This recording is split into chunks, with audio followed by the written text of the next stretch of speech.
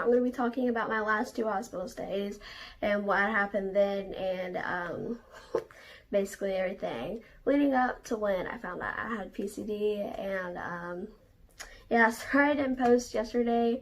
I was going to post yesterday, but everything was kind of complicated, and nothing was really wanting to work. So, yeah, I'm posting today, so sorry about that. But anyways, enough of me rambling. Let's just get on to the video. So, before my last hospital stay, I had stayed in the hospital. It was for like, I think it was 3 days. I had stayed in the hospital. And I had unresolving pneumonia. If you don't know what that is, it is where the pneumonia is still there, but it hasn't resolved. Like, it's not gone yet, but it's like still there. So they put me in the hospital for that because it was really bad, and they had to do x-rays, blood work, a bunch of other stuff.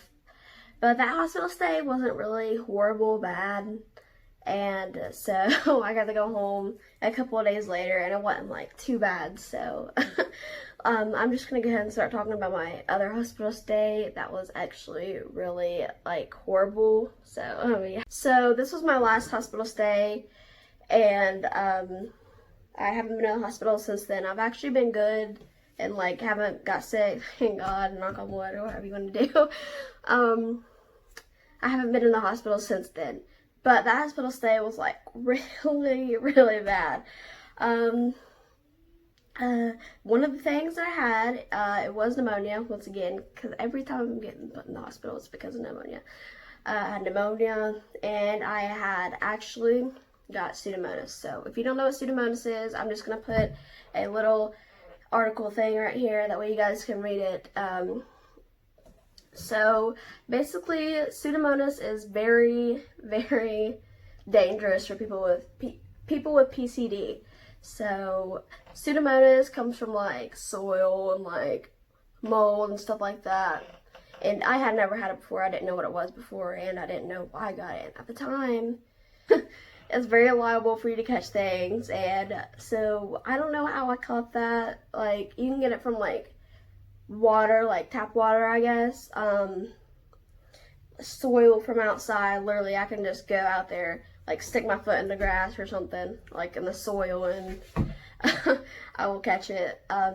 I actually am not allowed to, I'm not allowed to touch the dirt or anything, which I wouldn't anyways. I mean, unless I was wanting to plant a plant, which I do want to, but I'm not allowed to touch the soil. So, you know, I'm just sitting there watching everyone plant plants outside in your yard, and I'm just sitting there watching them, not being able to plant anything. But I'm not allowed to touch dirt, soil, anything, because every time I do, Mom yells at me. She's like, "Pseudomonas." So I never got outside like barefoot or anything. I don't touch soil, and I'm as careful as I possibly can be. But I had Pseudomonas and I had pneumonia. So I had those 2 things when I was in the hospital. And when I got there, I actually, how we knew was I had had a pulmonologist appointment the day before. So I had a pulmonologist appointment, and he was like, if I get sick or anything, to just let him know and call him, because at the time, it was when everything was like kind of getting crazy and getting started, like the COVID-19 and everything else. It was kind of like all rising up to its like the surface. So he had told us that if I get sick, then just call him. So the next day, I was actually good that day. I went to him, to the pulmonologist appointment. But when I came home and I slept and everything else, I woke up the next morning. I felt crappy. My lungs were so much in excruciating pain, and I couldn't really like move or anything. And I didn't want to cough like they always say, cough it up. Like they don't understand that it hurts, like my chest and my lungs and everything. But I was trying to like cough everything up, and when I coughed, I always cough up like white foamy stuff, or like clear, or even green. So, most of the time when I notice I'm sick, it is like a brown copper color, which is kind of weird, but that's how they know I have bacteria, and that's how I know I have bacteria. When it starts to get green, I know I'm starting to get sick, but once it gets brown, then I know I got pneumonia, and I can already feel my sickness coming along. So I had already felt that I was sick, but I tried to just like push it off and, you know, everything else. We wasn't going to call my doctor or anything because we didn't think it was that bad, and we didn't think I had pseudomonas. So I started coughing, and when I coughed, I spit my spit tune, or whatever you guys want to call it, and I spit in a little bottle, and it had spit up like blood. It was blood, literally. So the pseudomonas had been hiding in my lungs, and it was something new. It was a new bacteria, and so we called my pulmonologist, and he had me admitted right away. He lives all the way like 2 hours away, so he called our hospital, which isn't too far away. It's like right across the bridge, in a couple of like 30 minutes, I'd say.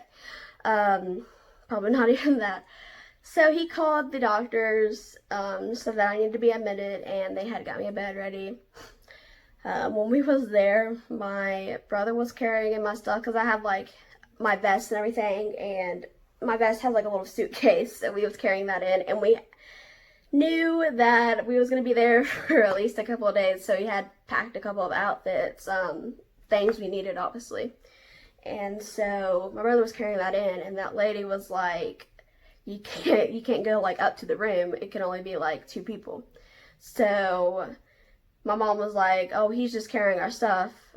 So we finally got to carry our stuff, and that lady put some of our bags on like the little wheelchair she was pushing me, because I could not walk at all, because I was so much in excruciating pain, because like my lungs felt like I was about to like collapse or something. So I could barely breathe in and out, and I obviously couldn't walk up the stairs. I couldn't even walk to the elevator. It was so hard for me to walk. So eventually we got up to the room, and we got everything ready. They got everything ready. They actually did my IV, which I'll actually put a picture right here, because I think this was the time that I got blood. They done my IV, and blood started going everywhere. So I'll just put that picture right there. If you don't like the look of blood or like needles or anything, then actually, you know what? And they test it and they see what I have.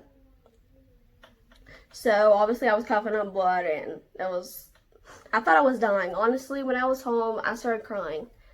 I'm not gonna lie, I started crying because I thought I was dying. I was spitting up blood. I told everyone, I was like, I probably got the coronavirus or something. I'm dying with it. I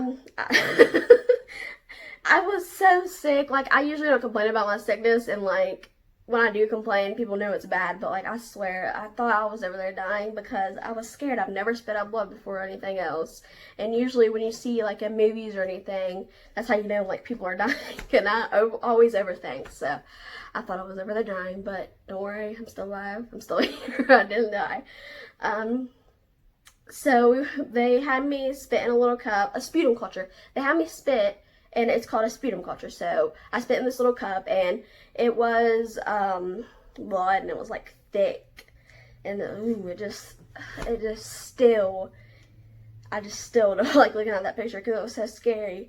I'm actually gonna put a picture here. So again, if you don't like the look of like spit or whatever, or if you think stuff like that is gross, just skip ahead. But I mean, this channel is gonna show gross things because that's what comes out of my lungs, and it's natural for me. So if you don't like the looks of stuff like that, just skip ahead like 10 seconds, and I'm gonna go ahead and place that picture now. So obviously you can see I had blood in my little sputum culture, and it was like really gross, and I've actually never seen me spit out blood before. It's always like a certain color, but I guess the pseudomonas had gotten in my lungs, and it was sitting there, and it was just making a lot of stuff worse. So once I got in there, they tested me for other stuff. They tested my sputum culture, and they said that I had pneumonia, pseudomonas, and it came back and it had H flu too, which if you don't know what H flu is, I will put the little passage thing right here. But I had all of that combined all together, and it was just crazy. So when we was there, it was actually a really crazy stay. So they said that my mom could go out of the room, which she never leaves the room like at all, not even to go outside or anything. They said that she can leave the room to go get something to drink, because like right down the hallway there is like a little room for food and stuff like that, and like drinks. So they said she can go out of the room to get drinks, and she had to wear a mask, like 2 masks, and like a pair of gloves, because they didn't want her bringing in anything. And since the COVID-19 was like all getting above the surface, and there was actually 2 patients there, which actually was kind of scary. And that at the time, that's when the 2 patients was there, and the number just kept rising when the patients was there. So we were there, and my mom went out to get something to drink and stuff like that, because we usually don't call the nurses, and the nurses are always like, oh, well, you don't usually call for anything. I usually don't.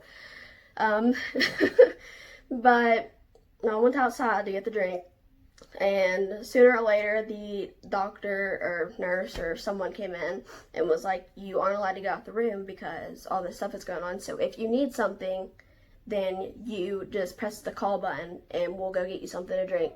So she couldn't leave the room at all.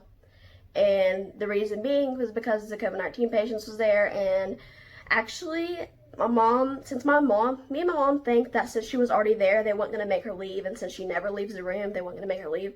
But there was like little kids there without their parents. And we was thinking that since they made it a law that way, not a law, but like they made it like a rule right now that parents aren't around to be in the room, that we was thinking that they had already made it like a rule then, but since she was already in the room, they wouldn't make her leave. So we was thinking that, but we're not for sure. But anyways, I was there for, it felt like ever. I felt like I was eating the same food constantly, and it was horrible. So eventually they said that I was allowed to go home. So the only reason why I was allowed to go home was because I had to get a PICC line. Yep, I had to get a PICC line. So they said I had to get a PICC line, and that was kind of scary because I had never got a PICC line before, and I didn't know what that was. I mean, I knew what it was, but I wasn't really educated on it, and I heard bad stories about how you can get blood clots and everything else with it, and I just heard a bunch of horrible stories. So me and my mom was like, no, I'm not getting a PICC line, and unless you consult with my pulmonologist about the PICC line and everything, then I'm not going to PICC line. So the reason being they wanted to get a PICC line was because they wanted me out of the hospital because I would be more liable to get COVID-19 instead of having all of like my pneumonia, H flu, and my pseudomonas. They wanted me to get out of the hospital really quick. And then so a day went by and they kept talking about how I need to get a PICC line. Actually, this one dude came in the room. It was that night, and I was already tired. I was not in the mood. My mom wasn't either because she was getting aggravated. Which usually don't happen. But this dude, he came in the room, and he was a doctor. I think he was learning to be like a doctor on the floor, like a full-time doctor on the floor. He came in the room, and he was basically telling my mom that I am getting the PICC line and that it's not her choice, which she is a parent, so. But he was basically drilling at her and telling her that I had to get the PICC line. So I told my mom, I was like, you are not letting me leave this dream. I'm not getting a PICC line unless you find out what my doctor says. And I figured that dude was like just gonna take my bed out the room like secretly, because like he sounded pretty crazy. But the next day, my doctor, which he ain't on the floor anymore, which is pretty sad. I won't mention his name or anything because I don't know if he wants to be mentioned, but he's a really good doctor and he's actually not on that floor anymore, which is pretty sad. But he said to my mom the next day, like, I'm glad you did that because like you're the parent and people shouldn't be doing that. Like, it's your choice. If you want your daughter to get a PICC line, then your daughter can get a PICC line. If you don't, then that's not someone else's choice to make for you. So once we consulted with my pulmonologist and everything, which he called my actual pulmonologist, they usually try to call some girl that is a pulmonologist but isn't my actual like doctor pulmonologist, if you know what I mean. And that's actually pretty annoying because she's not my pulmonologist. Like, please stop calling her. So he called my pulmonologist, and my pulmonologist thought it was best to get out of that crusty hospital, away from all the COVID-19 patients. And at the time, there was probably like 6 patients there. I don't even know. They was all in like lockdown and everything. And so I had to get a PICC line the next day, and I had to fast and everything. And so since they already canceled my appointment the first time, I had fasted already. Like, I didn't eat after 12, which obviously you can't because they don't aspirate or anything if they put me to sleep. So they had canceled my appointment, and the thing was, since it was already canceled, they had to make a new one. So I was just sitting there for hours with my stomach growling. I was so hungry. I was sitting there for like, I don't know how long, 7 hours I felt like, and it actually probably was. So I was just sitting there, and they finally got me an appointment, and they was taking me back, and I was so scared because I don't like being put to sleep. I'd rather just them chop my arm or something instead of me being put to sleep. So I told them that I just wanted to be numbed. So they just numbed me, and it wasn't that bad. Honestly, it felt, if you've ever got a PICC line before, once they put the shot and they numb you, it just feels like a little bee sting, like a really bad bee sting. And so they just gave me like the little numbing shot, and they were trying to find like a really good vein, because obviously, if you know what a PICC line is, it goes through your little vein, like a big vein, and into your heart, and it connects to your heart. So they were sending me home with a PICC line and antibiotics, and I'll go ahead and put some videos and pictures here, that way you guys can like see everything. And yeah, it's actually pretty cool. And yeah, let's just go ahead and put the videos in. Antibiotic treatment. Your balls? Yep.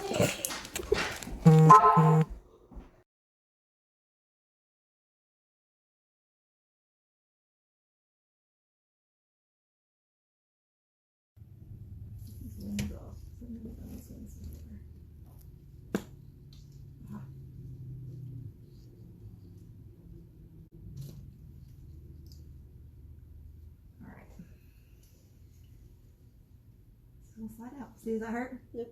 All right, you ready? Mm-hmm. Take a big deep breath and hold it. Bear down like you're going to use the bathroom. Oh. Woo! Oh my gosh. Do you guys want a close up of that? Yeah, baby. You want to keep it, don't you? Oh my Yeah, God. she's got the, I put her antibiotic back so she can put her, she's gonna see.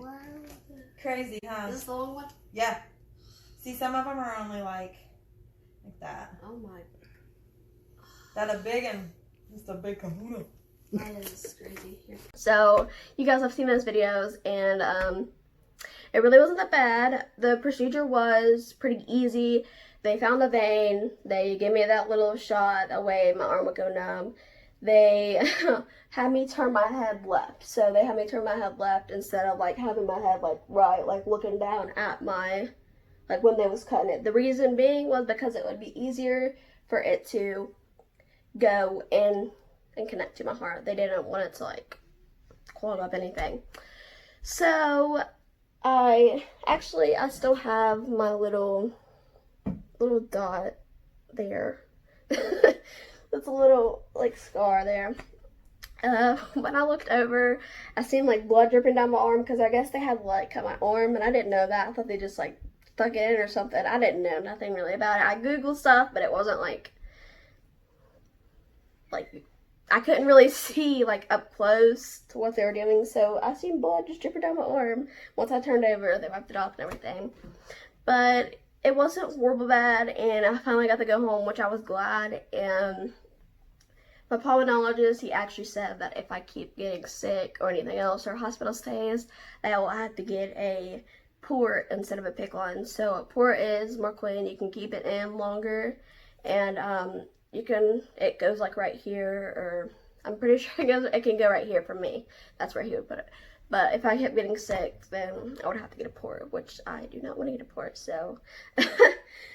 But once all of that stuff was over, I finally got to go home, and let me just tell you guys a story, okay? So we was walking out to go home, and when you walk in the hospital, which some of you know what the hospital looks like, obviously.